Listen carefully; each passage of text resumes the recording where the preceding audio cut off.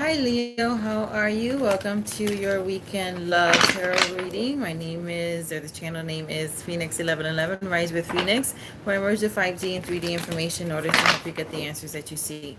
I'll be using my gift cluster of being ordained prophet and teacher to bring you clarity because clarity is power. So let's get started. In the beginning, in the pre-shuffle, I saw the Magician card with the King of Cups. So it's manifesting this beautiful, emotionally available, emotionally intelligent, masculine energy. I say yes, Leo. What a great way to start it. Okay. I do a lot of training when I'm doing my tarot because I'm a life and business strategist as well. So you'll get some of that here. What's the point of you mentally ascending or feeling good and getting that emotional high? Because I've always watched those in the beginning, and then I thought, okay, and now what? What do I do with that information? Ooh, why are you in the Nine of Swords? Are you having a nightmare, Leo? This is self-imposed. You can't turn that around. I do a lot of training on that with my twin flame community at Jupiter 1111, but you can certainly partake of all the free stuff I do there. So I'm going to list for you down below two things I'm hearing. There's two recent trainings I did, one on Wednesday called the first episode of Beautifully Said, that it has tarot and executive coaching. The executive coaching is with Laudy from Manifest Beautifully, and so then I did cards on scenarios, and then she was doing her executive coaching thing, so there might be things there for you. Also, I just did a new training today about the lies you believe about alignment, what your real karmic is, and other things that might be blocking your manifestation practices. So I give you manifestation keys, which is going to help you get out of this as well. So I'll list those two things for you. Free stuff. I like free stuff. You like free stuff? Hi. So let's see what else is happening in love. Yes, there are things that you don't know, things that you need to tap into, and one of the first level of blockages and obstacles to your manifestation practice, including manifesting your soulmate, is not understanding. So this is going to help you get those aha moments, those two free training classes. So please partake of them, because what you're lacking is knowledge.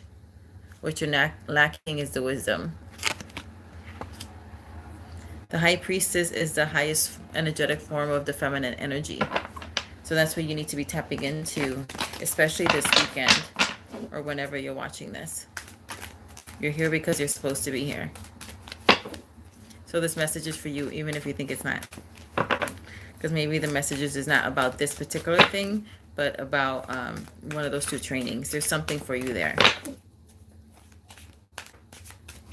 I promise you there is. Yeah.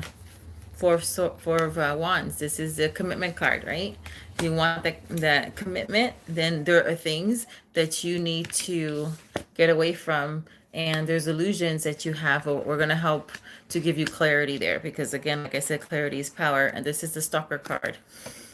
Right? The Page of Swords is the young energy who's in communication, but a lot of times it's I'm watching your social media, so your soulmate or the person who wants to be your soulmate is watching you. Somebody's watching me. I have no privacy. Oh, it always feels like somebody's watching me. Yes. And this Nine of Swords energy. Who just got this in the same position? Maybe it was Cancer. So you might have Cancer in your chart, or dealing with a Cancer, or you need to go watch the Cancer one, because that just came up. But it was the same energy. And that was a really great card, because I started trying to flip up here too, the Four of Cups. And it was really strong that particular soulmate was dreaming about the person. So you might be dreaming too, but it's a nightmare. And what you don't see is that there's an opportunity here to restart things, and to bring in this beautiful sun energy to heal the both of you. You're not seeing it, and that's the thing, is if you can't see it, it's not going to manifest, because we always get what we see, and what we see is what we get. That's what quantum physics shows us.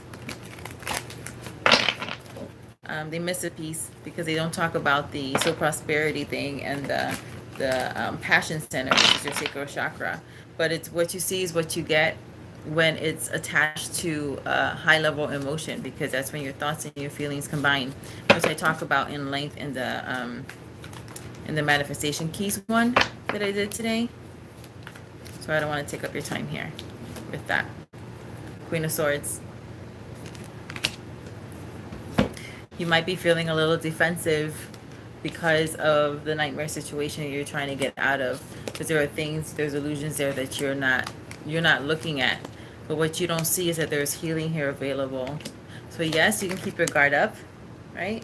Keep your guard up, but still excuse me, but still, funny, I got a story about sneezing. The guy who created the, now I can't remember what it's called, Pythagorean theory, was also an occultist, and his cult that he created believed that when you sneezed, that the spirit will leave you. I think when you farted too, I want to say. It was something weird like that. I was like, what? Sometimes geniuses are just weird. What does that have to do with the reading? Nothing. It was just something funny that popped in my head. Queen of Swords. Queen of Swords with the High Priestess, you know. There are illusions that you have to cut through and be cutthroat about it. And it's okay. Once that veil comes off, you're going to be able to move in power and get what you want. Go get what you want. I'm really good at this stuff. Okay, then you have here the Six of Wands. The Six of Wands after the Four of Wands, right? And that a lot of times happens. This is a victory, right? You get a victory here and a victory there, but in between is the Four of Wands, the Five of Wands, the Six of Wands. There's a progression here. This is the beginning of dating, beginning of union kind of thing. And you'll be victorious, but there's some things that you're going to have to deal with. Don't go in naive, like, oh my gosh, it finally happened and now we're together. And then, you know, some things happen and you're like, what? What happened? I thought we were, you know, we were okay. This is, you know, he has the victory here. The masculine energy has the victory here. So don't worry about it. It's just, you know, foreknowledge is, forget how that goes. Yeah, foreknowledge is forewarning. So go in it, you know, have fun, start the dating with your soulmate. But then know that when you're happy, people who are not happy tend to, you know, be haters about it. So they might have some drama, try to fence you in, try to fence him out. Because this is like a fence, right? Fences keep things in, but they also keep things out. But don't worry about it. That cycle will end pretty rapidly. But again, you have to do some things first, because you're the one in the front with this nightmare that has to be healed. So there's some illusions that need to be cut out, cutthroat style with the Queen of Swords. And then after that, you're going to see a Four of Wands move into the Five of Wands quickly, but it'll dissipate into the Six, which is great. You'll have some communication, probably some texting, you know, some things in the ethers. Don't let this Mercury retrograde screw you up. It will have power over you if you allow it. Usually in the Mercury retrogrades, the retrogrades are great for me. I always end up having really great communication. And things can become very clear. It's like the opposite. Because I decide, this is my life. Yes, there are things with planetary things, but things will only happen to your belief system. And some people might think, well, who do you think you are that you're bigger than the planets? Source and I are one. I'm in union with Source. No one's bigger than Source. Source overrides the planets. That's grace. So you can live in karma, which means that you can live out the effects of the cause and effects. Or you can choose grace. You can't have both.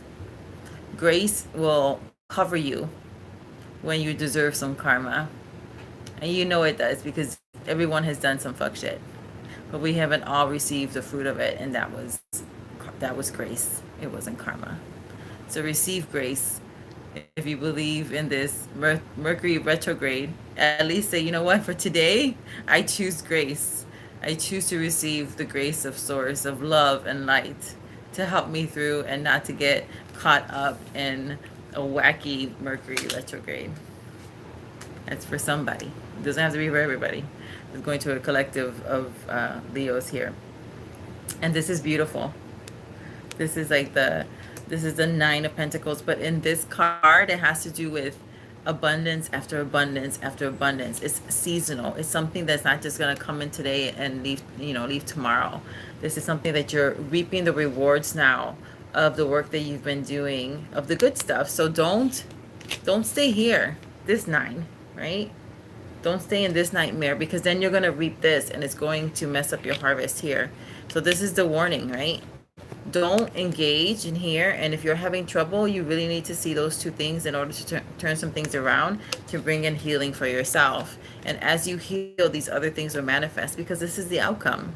It's you're manifesting good things. Now look at her face, very happy. This is not the selfish card. A lot of times for a Nine of Pentacles, it could be, or Nine of Cups is the selfish card. Yeah, Nine of Pentacles is working hard or being independent. But she's happy. And you're going to be happy too. That's the intention. Season after season after season. Right? So right now, this is also harvest season. The harvest is coming in for you. And you're going to have plenty more to keep in store. And there's more on the way. So enjoy this time, including any communication from this young page. Now the page it could be somebody who's younger than you, or it can just be have a youthfulness about them, or it could be somebody who loves social media, so they might really love to text and post and do that kind of stuff. It could be somebody who is a combination of all those things, right? So just be open to the way your avatar for your soulmate is going to come in. Okay. All right, Leo, one last card. Kind of like the advice card here. Ah, what? The Lovers. Yes. Right? What did I just say, right? This is a black and white showing you, right? Black and white, black and white. It might be your avatar, might be your soulmate, might come in an avatar that's a different race, a different culture, a different age, a completely different age bracket. Maybe you'll be much older, or they'll be much older, but you're about to get hit with the Cupid's arrow. So allow it. Allow it. Don't do this to them just because they're not coming in the way you want them to. It's not about how you want them to. They're coming in the best way for you to bring you this. And in the end, that's what you want anyway, right? In the end, this is the face you want. So allow it, Leo. All right. Thank you so much for hanging out with me. Don't forget to like, comment, share, and subscribe. And I will see you on the other side. Bye, Leo.